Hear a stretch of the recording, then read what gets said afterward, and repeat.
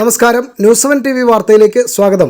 CITU, AITUC, KTUCM എന്നീ സംഘടനകൾ സംയുക്തമായി പെരുമ്പാവൂരിൽ മെയ് ദിന റാലി സംഘടിപ്പിച്ചു. ചെത്തുതൊഴിലാളി യൂണിയൻ ഓഫീസ് പരിസരത്ത് നിന്ന് ആരംഭിച്ച റാലി വെജിറ്റബിൾ മാർക്കറ്റ് ജംഗ്ഷനിൽ സമാപിച്ചു. തുടർന്ന് നടന്ന പൊതുസമ്മേളനം AITUC സംസ്ഥാന വൈസ് പ്രസിഡന്റ് KK അഷ്റഫ് ഉദ്ഘാടനം ചെയ്തു.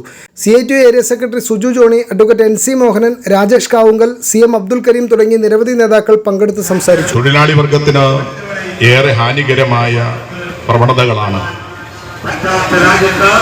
ഏറെ നാളുകളായി ഭരണാധികാരികളും ആ ഭരണാധികാരികൾക്ക് ഒത്താശ ചെയ്യുന്ന കോർപ്പറേറ്റുകളുമെല്ലാം നമ്മുടെ രാജ്യത്ത് സ്വീകരിച്ചുകൊണ്ടിരിക്കുന്നു. പണിയെടുക്കുന്ന തൊഴിലാളികൾ എന്ന നിലയിലുള്ള വർഗബോധത്തോടെ അവന്റെ അവകാശങ്ങൾക്ക് വേണ്ടിയുള്ള പോരാട്ടത്തിന് വേണ്ടിയുള്ള ശക്തിമത്തായ പ്രക്ഷോഭങ്ങളും സമരങ്ങളും നാം നടത്തുന്നത് നമ്മളിലുള്ള തൊഴിലില്ലായ്മയും നമുക്ക് കൃത്യമായ കൂലി ലഭ്യമാകാതെയും നമ്മുടെ ജീവിതം പ്രയാസകരമായി മുന്നോട്ട് കൊണ്ടുപോകാൻ കഴിയാത്ത ഒരു സാഹചര്യം നമ്മുടെ മുമ്പിലുണ്ട്. വരുമാനം കുറയുകയും ചിലവ് വർദ്ധിക്കുകയും ചെയ്യുന്ന വളരെ ദുസ്സഹമായ ഒരു ജീവിത സാഹചര്യത്തെ നാം നേരിടുമ്പോൾ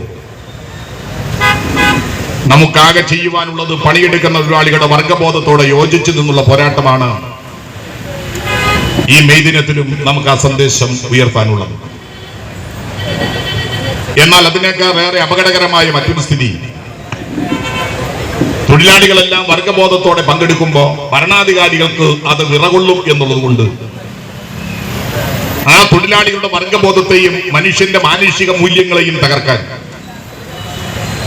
ബോധപൂർവമായ ശ്രമമാണ് ഇന്ന് രാജ്യത്താകെ നടന്നുകൊണ്ടിരിക്കുന്നത്. നമ്മുടെ രാജ്യത്താണെങ്കിൽ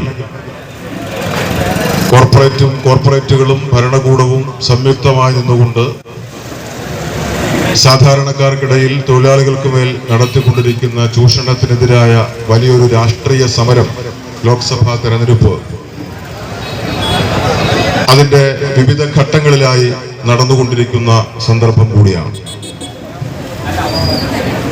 തൊഴിലാളികളെയും കൃഷിക്കാരെയും സാധാരണ ജനങ്ങളെയും തീവ്രമായ മതവർഗീയതയുടെ അടിസ്ഥാനത്തിൽ വിഭജിച്ച് നിർത്തിക്കൊണ്ട് അവരുടെ അവകാശ സംരക്ഷണത്തിന് വേണ്ടിയുള്ള പോരാട്ടത്തെ ഭിന്നിപ്പിക്കാൻ വേണ്ടിയുള്ള ആസൂത്രിത പരിശ്രമമാണ് കോർപ്പറേറ്റുകളും ഭരണകൂടവും ചേർന്ന് നടത്തിക്കൊണ്ടിരിക്കുന്നത്.